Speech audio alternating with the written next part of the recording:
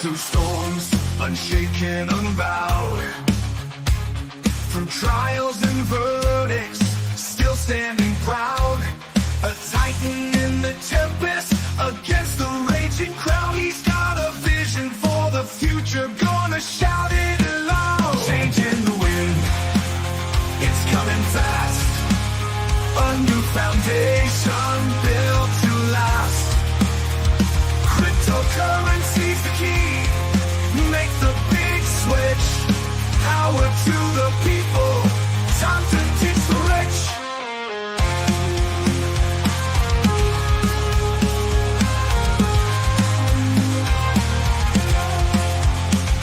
Legal battles can't hold him, he's moving on. With plans so bold, from dusk till dawn. He's rewriting the rules, a new dawn's day. From the hands of the few to the people's way. Say goodbye to old chains, embrace the new. A financial revolution, fair and true. For the workers, the dreamers, side by side. In Trump's new era, let freedom rise. Change in the wind, it's coming fast. A new foundation built to last. Cryptocurrency's the key, make the big switch. Power to the people, time to ditch the rich.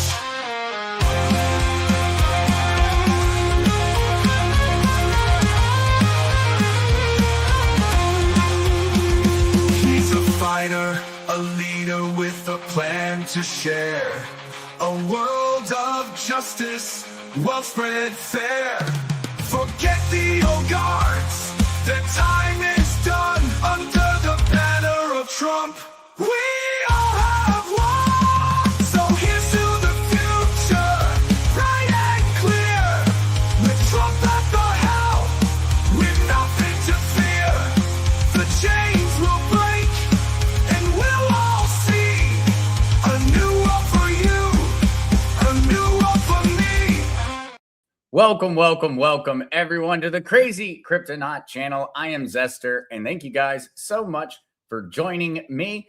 I let our intro song go a little bit longer. That second half of the intro song, I had almost forgotten how it goes. Just gotten so used to hearing the first half during the intro. But how is everyone doing on this? Well, how is everyone doing out there? Markets are in absolutely horrible positions. We have seen a insanely volatile collapse over on the cryptocurrency side. Bitcoin and XRP, all of them are starting to recover a little bit, but we're not even in the ballpark of close to a full recovery. And so we're going to be talking about all of that. We're also going to be talking, of course, about the Epstein files released that discussed cryptocurrency, talked about Epstein's investment in different cryptocurrency companies. Actually, Brock Pierce, someone who we had talked about in the past because he's someone who lives down here on the island, popped up a lot in those Epstein files. And he just so happens to be a major part of Tether. There's so much to dig into there, and there's so much that we really don't even know yet.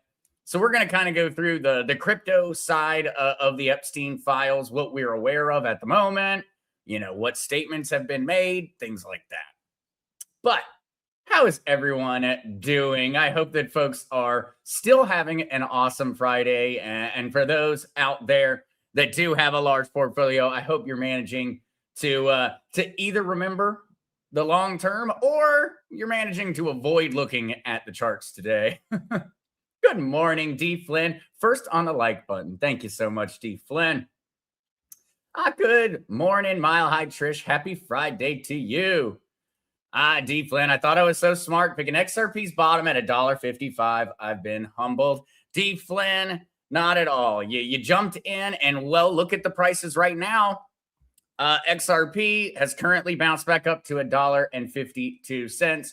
And so we're already almost back, D Flynn, on that side. Trying to catch a falling knife is one where sometimes you get it, sometimes you don't. But just look at it as dollar cost averaging, D Flynn. You just dollar cost average. You got some at $1.55. You got some at all kinds of different price points. Absolutely. I love it that everyone, Trish says, I love it that everyone has already hit the thumbs up button. Thank you guys so much for that. Good morning, Crazy Chester. Good morning, Deborah. Good morning, Bear. Terry Evelyn, good morning to you. And I sure hope XRP goes to the moon as well. I'm ready for it. And we're going to talk about that because XRP actually ended up having the most drastic collapse of essentially the top 10 cryptocurrencies during this little collapse. And yet, when it comes down to the amount of good news and things of that nature, really you would have thought that XRP would have been managing to hold its value a lot better than a lot of other cryptos did. So we're going to talk about that one as well. Yep. Always, buy at the knees and sell at the shoulders. Hey, there you go, Crazy Chester. Hitting them with there's definitely one of the most popular TA little quotes or sayings right there. Crazy Chester, number 7. Thank you so much. Nature Girl. Hi, Zester, Trish, and everyone else. Thank heavens my crypto has turned in the right direction. That was scary. Nature Girl, it absolutely is scary when it's dropping like that. And unfortunately, something that we're going to talk about today is that, in all honesty, we may see more of a price drop. And so I did want to throw out some of those numbers that are kind of the numbers that if we fall below them, it's going to turn into a genuine holy crap type level. But we do still have some lower price ranges that are very, very possible for Bitcoin, and really would not be that historically unprecedented. At this point, from a analysis standpoint, I would say that we are absolutely in a crypto winter at this point, and we have been in that crypto winter for quite some time. And so we'll be looking at all of that. It's still a possibility that it's going to get even scarier, I think, Nature Girl. I think there's a very good possibility it could get scarier. Reno Hightower, good morning. Good morning. Always pray for better. Always pray for the truth. Absolutely. That's all we can ask for nowadays in this insane world that we live in. An important one. Thank you, Trish. Everyone, please do remember the content in this podcast is for educational and entertainment purposes, not intended to provide financial advice. Please consult with a financial professional before making investment decisions. Thank you for making certain I get that one, Trish. Triumphant. Good morning. It's going to be 50 degrees in Lake Norman today. Oh, wow. Y'all getting, a serious hot spell in North Carolina. 50 whole degrees after what it's been the past few weeks. Reno Hightower, we are exhausted with manipulation, if we are being honest. Absolutely, Reno. I agree. I am as well. With everything coming out in terms of more of the documents from Epstein, with everything going on around the world, with the state of the global markets, there is just so much essentially to be worried about that, Reno, I think at this point that it is just exhaustion. Can't even figure out which thing to be focused on. I feel like, just after I had enough time to essentially get back to reality after going through, the newest Epstein files, well, then more files come out and more craziness goes on in the world. Reno, it seems as if we are in for one absolute insane roller coaster of a 2026. I am not positive what is going to happen, but I think that it is without a shadow of a doubt something huge is coming. Something huge is about to happen. The world is in such a volatile state. Something's about to come and flip the table. Mile High Trish, with crypto dropping like this, I see it as an opportunity for wise investment. Mile High Trish, that's a very good point. And with some of these price drops, some of those metrics have changed. And we'll talk about that because with Bitcoin's price right now, where it's at, it's actually gotten into what is viewed by many investors as being an extremely, extremely strong buying position. But there's still the worry that there's not enough liquidity. So let's look at all the numbers. Yes, interesting that the drops are large with low volume. Mr. GC, whenever you see that, it actually makes a lot of sense. So whenever you do have low volume or you're having any form of liquidity problem, it takes far less volume to move the market. And so in this situation, essentially what occurred is it didn't mean that there was just an insane amount of buying and selling. There was just only selling going on. There was just really not enough buy pressure. And so it was low volume, but it resulted in extremely, extremely dramatic price drops. To throw it out there, current estimates are that leveraged position liquidations. So these are all of these leveraged positions, 10x, 5x, etc. I've seen 2 billion in liquidations. I've seen numbers as high as 3 billion. A massive amount of leverage positions were liquidated over this week. And whenever those happen, those are another manipulation to the markets because they're just not real money. It's over leveraged markets. And we're gonna talk about that one. Maybe I need to jump straight to the stories because we've got a lot to dig in. Most are now used to manipulation of everything at this point. It's all fun, however. Reno, it sure makes it interesting. It sure keeps it interesting. But all right, let's go ahead and start looking at the news of the day, looking at some of these articles, checking out the market itself. Things are, as crazy as it sounds to say, things are looking a good bit better than they were looking last night. That is for certain. Bitcoin sitting at $69,600. It managed to get down as low as $62,822 during the collapse over last night. XRP managed to dip down insanely low. What was it? I saw $1.14 when I was looking at it last night. CoinGecko here is showing $1.16 as where XRP bottomed out last night on the charts, but now sitting back at $1.51. And most of the market is in a recovery phase. XRP technically up 17.4% since that low point last night, but still nowhere close to managing to win back all of the losses from the event. It was rough. That was an extremely fast collapse. When you check it out on the charts and you try to really zoom in on this one, you can essentially see that it occurred in a matter of, so at 1400 yesterday. No, this would have been on the 4th. My apologies. On the 4th at, 1600, we were sitting at $1.54. In a matter of essentially, in a matter of less than 24 hours, an absolutely massive collapse, over 30 some percent on some cryptos in less than 24 hours. That is pretty violent.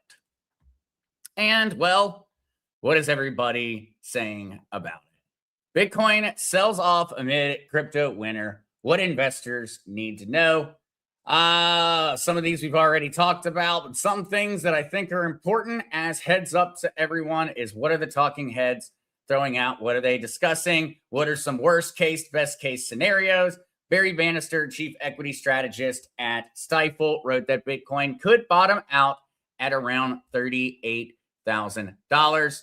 Financial advisors once again saying, hey, crypto is a volatile asset. Maybe don't put too much of the portfolio in there.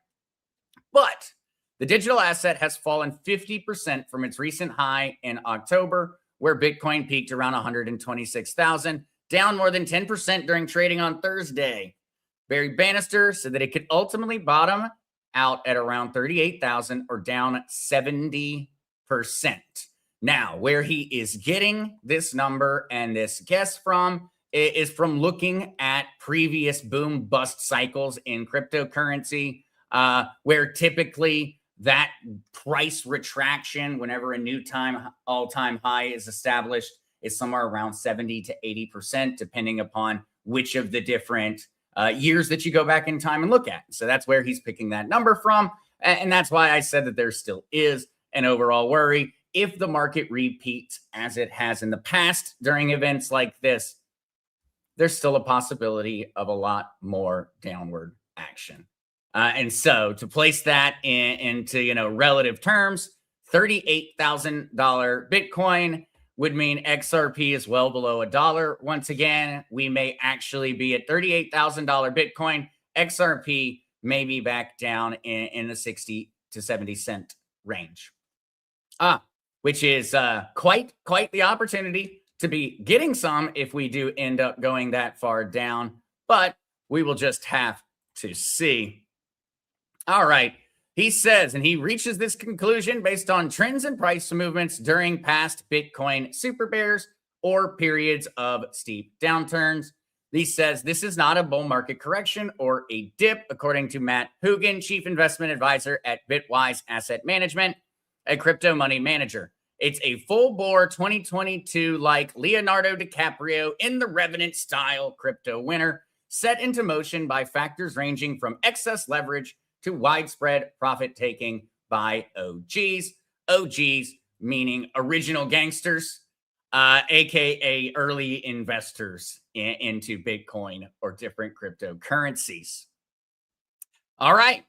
Let's look at that number also in relation to Donald Trump, because after this price drop, what we have actually seen is Bitcoin has now wiped out all gains that have occurred since Trump came into office. All gains that have occurred since Trump came into office, where he promised and declared the United States to be a Bitcoin superpower. And so we are back to square one on that one. I'm not blaming Trump for any of that, but the numbers don't lie. We are back there. All right. And so what is the reason? And I really loved one quote out of this. And in all honesty, it's the reason we have this article. And Matt Hugin's response, why are we currently going down? Because good news doesn't matter.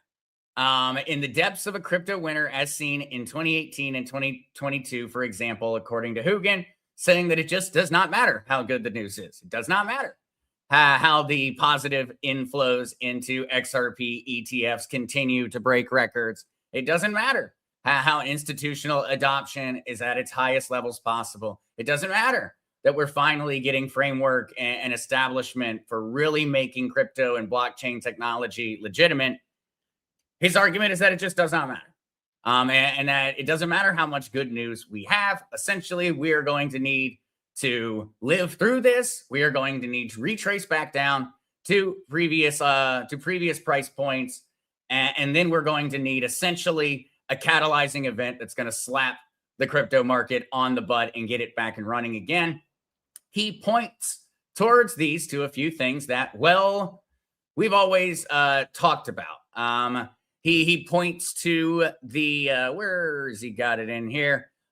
He points to the positive surprise of the Clarity Act, strong economic growth that sparks an aggressive risk-on rally, signs of sovereign adoption for Bitcoin, or just the passage of time as being what essentially is necessary for good news to start becoming good news once again. Yes, also, it is very important to keep in mind that cryptocurrency is actually not alone at all right now. In January, we received unprecedented numbers from major corporations in terms of layoffs, multiple different companies that are laying off employees in the excess of 10,000 employees per company. And so we had the worst job market data for January that we've seen in a long time. We know that the Federal Reserve is panicking over monetary supply. We know that the world is already flocking to precious metals out of desperation to stay away from the fiat system and the central banks. There is so much going on right now that is outside of crypto that is also influencing it, that it's very, very hard to really look at it and say, oh, we're just going to repeat the same cycle as we did back in 2022 or the same cycle that we had in 2017. I would say that that's kind of a fool's errand at this point in time.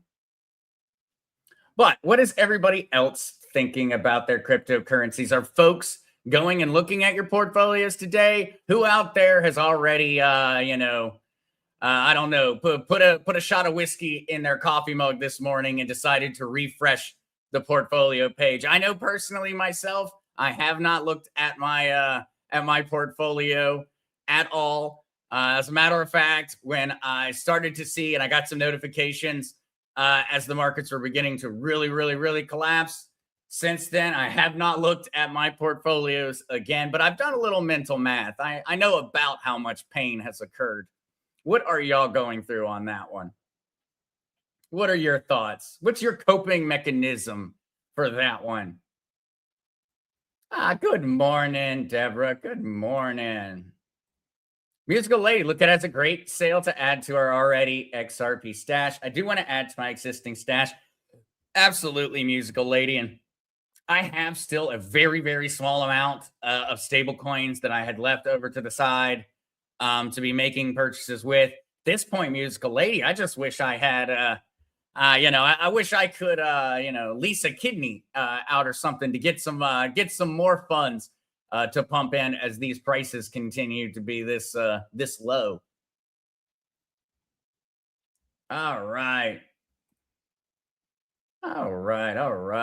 Epicenter, I did during the night and I bought more. There you go, Deborah. That's the right way to go about it. You did look at the portfolio last night and you got some more. Yep, Musical Lady does not care to look at the portfolio right now either. I think it's a lot easier. It's a lot easier. Otherwise, you're just going to go through the day worrying about something that's silly. Yeah, it really is. There's no way to fight it. That's why you've always got to remember that fight and flight response that human beings have is one of the things that gets us in so much trouble when it comes to things like stocks, like any form of assets. It gets us into a lot of trouble because in that situation, the only thing you could do is essentially buy more or don't look at it. Triumph, my husband is a rock and knows it will change. I'm like, ugh, should have bought now. Yep. Well, it's tough. It's tough. There's always going to be a shoulda, coulda, woulda. Hindsight is always 2020. You take those times where you do manage to get that real big win and you buy in at just the right number. Those are the ones that you tell the grandkids about type deal. Back in your those go on the highlight reel. Unfortunately, there is not as much science behind it as a lot of people try to convince folks that there is. Folks that sell lessons and courses teaching technical analysis will try very often to convince folks that there is genuine hard science behind it. And in all honesty, it is a lot like astrology. It is a lot like astrology. What's up, Darren? Howdy there, Kukla. Oh, a little late. No worries at all, Kukla. Happy to have you. Hope you have had an awesome, awesome week. Yep, Epicenter LLC, DCA. That is dollar cost average, and check your emotions at the door. It's the only way to go about it. It's the only way to go about it. Yep, I watched all the way down, D Flynn. I just couldn't raise any more cash. Almost bought. Hey, I understand, D Flynn. I'm same mentality. Whenever I see opportunities like that, and you know how fast the market's going to come back, you want to be able. You want to be able to get in. Musical Lady, good mindset. Just pretend that you don't have any actual crypto portfolio right now. LOL. Exactly. That may ironically be one of the best ways to actually go about investing. Short-term memory loss. Whenever you make an investment, do your best to forget that you made it. You will essentially, as long as you made pretty good decisions, that first time, and then you have somebody who can remind you 10 years down the road. That strategy would probably do pretty darn well. Yeah, Reno High Tide. I honestly believe Ripple and Brad Garlinghouse could get a $50 trillion contract and the coin would drop like a rock. Sad, really. That is the way that it feels. That is absolutely the way that it feels. Yeah, Brad Garlinghouse and XRP could come out. They could cure cancer. They could create an infinite money machine. They could create unlimited free energy. They could build a spaceship. It would not move that price tag. That's the way it feels, Reno. It definitely feels that way, and that very much ties essentially to what Human here was Hugin here was saying. Good news doesn't matter. In the same way that back during previous crypto winners in 2018, 2022, and etc., it just did not matter what the news was. Ultimately, it seems like in cryptocurrency in particular, when the market cycle takes over, there is nothing to do besides to either hop on and ride or get out of the way. Because it really does seem that way. With the crypto market, it takes a Goliath, essentially, to turn the market when we're in a phase like this. And as a matter of fact, Reno, yeah, as a matter of fact on that one, they also have started to coin the term exhaustion is actually, and I just know we had been talking about exhausted with everything going on in the world earlier in the comments, and that is actually the term that they've started to use for what ends a crypto winter or a crypto bear market. Essentially, it is not good news, it is exhaustion. The market peters out and then we start back up again. I thought that was a funny term to be used. A entry. Hopefully, we will look back at this situation and be smiling. As with most things, it's only temporary. Thank you, Zester. Absolutely. Absolutely. By that one, we've had this happen dozens and dozens and dozens of times in cryptocurrency. Having a massive, massive market collapse is not a bug of the crypto markets. It seems to be a feature of the crypto markets. And so, absolutely, as all of the rest of these have, it will pass. Every single time it has occurred in Bitcoin, the right answer was to just hold on to your Bitcoin. It's been the right answer every single time up to now. So I highly doubt that cycle and that trend is going to suddenly break.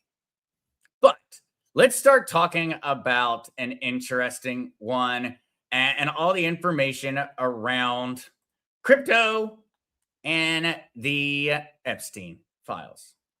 All right. Now, this is just an absolutely massive, massive article talking about everything from comments made by Epstein in regards to XLM and XRP, talking about the different friends that he has in the industry, the different investments that he made. It talks about the things that are being talked about that aren't true. It goes through essentially everything so far that has been found inside of the Epstein files in relation to cryptocurrency. And so first things first, guys, I know there is so many different things about this going around out there. I'm posting that link in the chat. This is an excellent article that was put together. It is a 23-minute read. This thing is like a short novel, but it goes through and breaks down all of the different people, all of the names in cryptocurrency that were referenced, etc., etc. And so Epstein claimed that he had Bitcoin founder ties and he backed Coinbase as Ripple and Stellar faced pushback. Is crypto's future in danger? All right. Now, I'm not going to be able to go through and read this entire thing, even though, in all honesty, the whole article is kind of interesting enough to go through and read it. But we're going to essentially skim through and we're going to talk about some of the things that I've seen folks saying out there, because I've seen some things being said that, oh, this is in the Epstein files, and it's not. And then some of the things that are in the files that people aren't talking about that maybe should be being discussed. Now, just so everyone knows, there are a lot of different names that are all thrown out in here. And so definitely I am just reporting what other people said. A lot of these folks are very, very, very wealthy. And so none of them better be coming after me for slander, for just saying these things. But unfortunately, there are some very powerful people that came into that list. And some of them happen to live in Puerto Rico, actually. And so Epstein files show that Jeffrey Epstein had financial and social proximity to parts of Bitcoin's early institutional ecosystem, the MIT Media Lab, Blockstream, and investor circles during a fragile period for Bitcoin's funding and governance. Emails show Epstein was copied on discussions that were critical of XRP and Stellar during early competitive tensions in crypto, reflecting awareness of investor and ideological conflicts, not orchestration. The revelations underscore long-standing issues in crypto: funding concentration during crises, governance legitimacy, regulatory uncertainty, and reputational risk. However, there is no evidence that he was Satoshi Nakamoto, nor that he was a Bitcoin founder, nor a core developer, or that he exercised technical or protocol control. Folks apparently are having a very hard time with timelines. Epstein's emails come from around 2013 to 2014. The reason that folks are saying that he invested in Bitcoin and in these companies is because he invested in companies that were fairly early corporations in the cryptocurrency space. He did not fund the development of Bitcoin. He did not participate nor converse with the actual creators of Bitcoin back in 2008 and 2009. Now, he does at one point claim during an email to have contact information for Bitcoin founders. And so that Epstein does claim at a point during the files. And so what does this mean? That's just where I really want to. I know there's a lot of this is true and it's all very, very, very concerning, but there are certain things that need to be made certain that they're, that we're clear on. And so when millions of pages of newly released records began circulating under what has become known as the Epstein files, one pattern quietly stood out: Jeffrey Epstein's repeated presence around early cryptocurrency institutions, not as a coder, not as a public evangelist, but as a donor, investor, correspondent, and private interlocutor, appearing at moments when Bitcoin's future governance, funding, and legitimacy were unusually fragile. This has led some online commentators to pose an extreme question: was Jeffrey Epstein connected to Bitcoin's creators or even Satoshi Nakamoto himself? The documents do not support that conclusion. But what they do support is a narrower and more troubling reality. Epstein moved inside the same funding channels, academic labs, and elite networks that helped stabilize Bitcoin at a pivotal moment, while also expressing strong views about rival cryptocurrencies and future digital money systems. So that is still more than enough to be extremely concerned about what was going on at these early institutions and companies. It also makes me feel pretty good about holding more XRP than Bitcoin on account of the fact that he was not a fan of it. And so that also is, a silly thing. But I did go and look at that and go, oh, hey, it's a good thing I got more XRP than I do Bitcoin, if that was Epstein's information or belief on that one. But just so that we have it clear right there, I know that there are very reputable people that are putting out fake information on this. That is the actual not information we have now. As of right now, he was not a part of any part of development. He's not a coder, didn't know any of these people, but he was an investor. He did know some very powerful people, and it is very, very weird. And that is all very true and is all extremely concerning. What goes further on in this and where it starts to get even more concerning is that there are people that were very close to Epstein that are still active, still extremely powerful, and still out there roaming free in the wild. And so those are some of the things that I find to be almost of the utmost of the concerns. And so we're actually going to jump around a little bit inside of this article, I believe. Actually, I believe I have another one on it. And what I want to talk about, though, is Tether. Tether in particular, because there have always been a lot of suspicions around Tether and its creation. And something we found out in the Epstein files is extremely, extremely scary on this side. Now, Tether, pretty certain everybody here, I think everybody pretty much knows Tether is a stable coin. Tether is a dollar-backed stable coin. It is backed up by U.S. Treasury bonds, gold, U.S. dollars sitting in bank accounts, etc., etc. It currently has a market capitalization of $185 billion.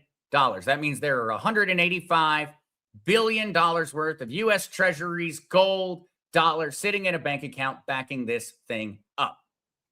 And so what we found through the files is that one Brock Pierce, which this is going to blow your mind. Are y'all aware of who Brock Pierce is? Brock Pierce, he was a very, very, very, very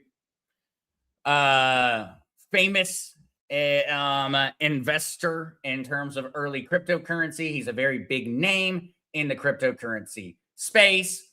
And he also happens to be an actor. And he also happens to have been conversing with Jeffrey Epstein quite a lot in reference to Tether. Tether, the stablecoin, which does not keep its U.S. treasuries and its funds in U.S. banks. Those funds have always been regularly maintained in Chinese-backed banks. It's always been a major concern. There have always been folks that were just worried about Tether all on its own because it is so large. It's got so much money. Essentially, if it were to be manipulated, there is a concern that it could manipulate the entire market or, to some degree, potentially to a very large degree. And what the Epstein emails have shown is that one Jeffrey Epstein was in conversations with one Brock Pierce, a multi-billionaire, as they discussed the creation, the beginning of Tether. Now, Brock Pierce, for those that are not aware, I'm going to start off with a laugh. He is the kid from the Mighty Ducks. The guy that I am talking about happens to just so be the actor from the Mighty Ducks, one Brock Pierce, born 14th of November, 1980 in Minnesota, United States. Actor and producer known for D2, the Mighty Ducks, First Kid, and the Mighty Ducks in 1992. Year I was born. He was playing the kid in the Mighty Ducks. And yes, this is the guy that I am talking about. The guy that was Jeffrey Epstein's buddy, the guy that was in the emails, and the guy that created or was one of the creators of Tether was also the kid from the Mighty Ducks. And so Brock Pierce, though, and this connection between him and Jeffrey Epstein is of extreme concern. And this is where the whole conspiracy gets to a point of really what I think should be the big worry. Okay. The big worry, in all honesty, on that front, is that if this happens to be a case, and there is a lot of oddities going on over there at Tether, Tether would be the one that could very easily manipulate the markets. It makes for a lot of concern and a lot of worry over the fact that Tether's funds are not held in the United States. A lot of concerns about, the nature of the funds that are held, because remember, they're U.S. Treasury bonds. And so this becomes a matter of concern for the entire U.S. economy when we start to talk about these stable coins where they're being backed up by some of the largest holders of US Treasury bonds on the planet, you start to have to worry about a lot of add-on effects. Like, say something were to happen to Tether, that is going to have a cascading effect. Something happens to Tether, well, the prices of essentially every cryptocurrency are going to drop by about 90% overnight type deal. They'll start to recover, but they're going to have a massive liquidity crisis occur. You're going to see prices that were unimaginable. And then following after that, after crypto has collapsed, you're going to start to see a major collapse in US Treasury bond markets caused by the liquidation of US Treasury bonds held by these stable coins. And so this is where it starts to get very concerning. All of these different connections around the cryptocurrency space are not an indication that Jeffrey was controlling anything in the crypto space. But what they are a very clear indication is that there are undoubtedly some very, very, very, very, very powerful people who have strings that could potentially be tied around the industry, could be tied to infrastructure. Now, another rumor that I have seen very often moving around is that, oh, Jeffrey or these guys, they put a backdoor into Bitcoin and they put some kind of hack or something else in there so that at some point it could just all be yanked out by them. That is not true, and that is not possible. That's not how the technology works. And so when you see folks throwing things like that around, you can make a very safe assumption that they don't know what they're talking about, because that's just not how it works. And so that is not true. But what could be very much true is that there could be people who own very large amounts of Bitcoin that are particularly malicious actors. That is very, very true and very, very possible. And we've always known that. That's always been something that everyone in the space has been aware of. Hey, undoubtedly, there are people we don't like that hold a lot of Bitcoin or a lot of other cryptos. And that is absolutely an even greater concern now. I am far more concerned about it than I was in the past, and I was concerned about it in the past. Now you have to be even more curious about who these people are and what's going on. And so you guys have got that article. I know it is. They say it's a 23-minute read. Honestly, I'm a very fast reader. It took me longer than that. I would highly recommend for everyone out there who really wants to know everything about crypto that was mentioned in the Epstein files that we have found to this point. This is the best comprehensive breakdown I have managed to find all in one place. And there's going to be more information. This isn't the end of it. More documents are going to come out. More different things are going to be looked through. This won't be the end. There will be more crypto that's going to pop up in the Epstein files. I wish it wasn't true, but I'm certain that it is. This guy was in every industry. This guy was in every single industry. He was sending messages back and forth to the Activision CEO. Activision makes video games. Jeffrey Epstein played a lot of video games. He was sending back emails and text messages to the CEO of different gaming companies, convincing them that if they put microtransactions into their games, that all the kids playing their games would steal their parents' credit cards and the gaming companies would make a buttload of money. This guy was in every industry. He's everywhere. Essentially, he's popping up everywhere. And so he's going to pop up in cryptocurrency. And you're going to see it happen more. I'm certain. I'm certain there will be more. Now, if everybody would like, and this just popped back into my head, if everybody would like an insane little related to Epstein fact, I think Pops probably covered it because I talked to Pops about this. I'm the one that told him that this had just been found out.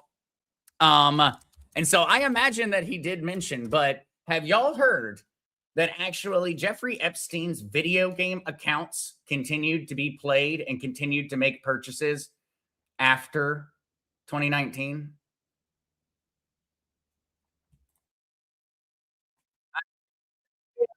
has not.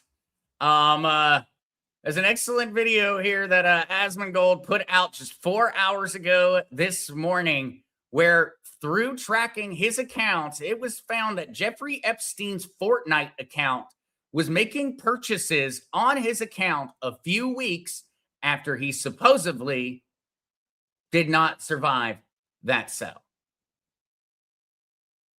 They've also found him on multiple other video games where literally he is still playing these video games to this day. And if you want it to be even crazier, guess which country the video games are being played out of? The video games all are being tracked back to an IP address in Israel. But Jeffrey Epstein, apparently, either he is still alive and playing video games on his account, or somebody thought that it would be a good idea to just keep using his video game accounts in order to play. And so I talked to Pops about that earlier today, so I imagined that he was going to cover it, but that one blew my flipping mind. We live in an insane world. I don't know who has got a bingo card that has managed to get anywhere close to being able to scream bingo this year, because what the heck is going on? Todd, basically, could the liquidation of the bad guys' funds in crypto affected so much the price drops drastically? Absolutely, it could, Todd. Absolutely. Liquidation of those funds, especially during a market like right now, Todd, because there's not a load of volume. And so when you have that type of situation and you don't have tons of volume going on, it becomes very easy. If someone shows up with a massive amount and says, hey, I'm going to sell, it is going to cause an absolutely disproportionately large price drop because of when it occurred, because of low volume. Yeah, musical later. They're reporting that Epstein was in Tel Aviv right now is rumored. Well, according to his video game accounts, and as a matter of fact, this is what makes it even crazier. This was figured out yesterday. Since then, all of those accounts have gone private. And so whoever has control of those accounts is aware that people found them and he made all of them private. And so whoever is controlling those accounts is aware. And they're still tied to Jeffrey Epstein's email accounts and things like that.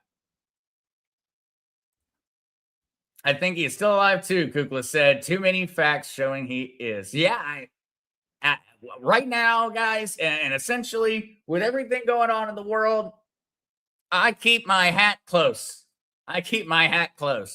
I'm trying to stay grounded and trying to maintain a healthy outlook on the world. But when it comes down to it and all the craziness going on at this point in time, I don't know what's going to be, what even should be considered surprising or not. Yeah, that's Todd. That's what I'm thinking could be the so-called crash. With how fast it went down, it was very impressive, and it shocks everyone has to just know how much, just how much. Absolutely. Yeah, absolutely.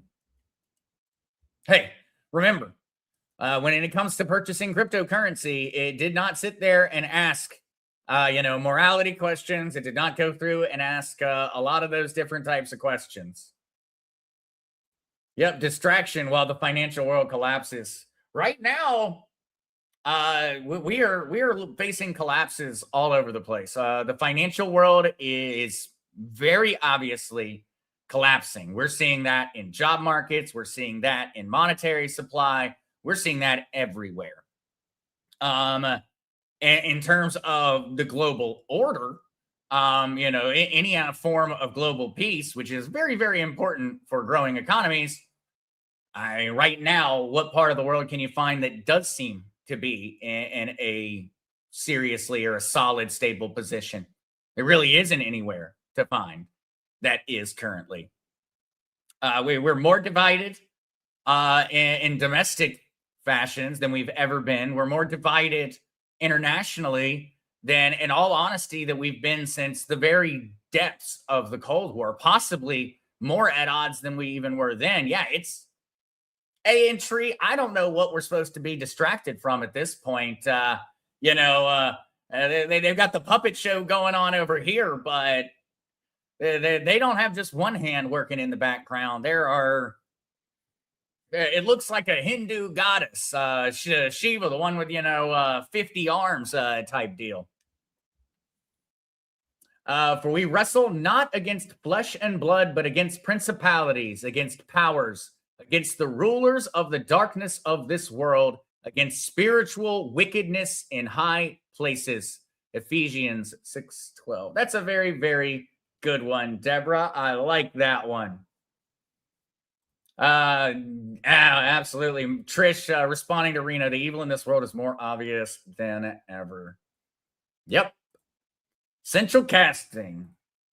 Todd, they said we'd be confused. Hats off the military job. Well done. Well done. Hey, Todd, if the goal was confusion, then yes, absolutely. 5 stars.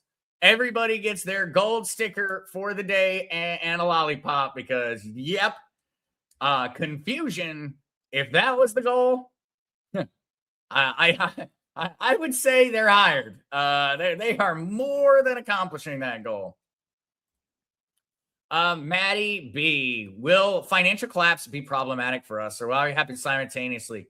A lot of beliefs have always been around the fact that the collapse is essentially what's necessary to force these things to occur.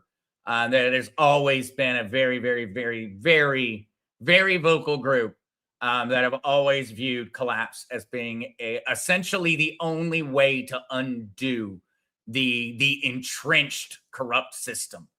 That something needed to occur so dramatic that it meant that it made more sense to start over type deal. And so, Maddie, we could be seeing that happening in front of our very, very eyes.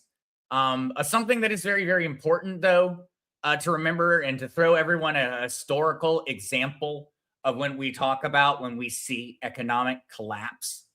I think it's very important that people think back to history classes on the Great Depression.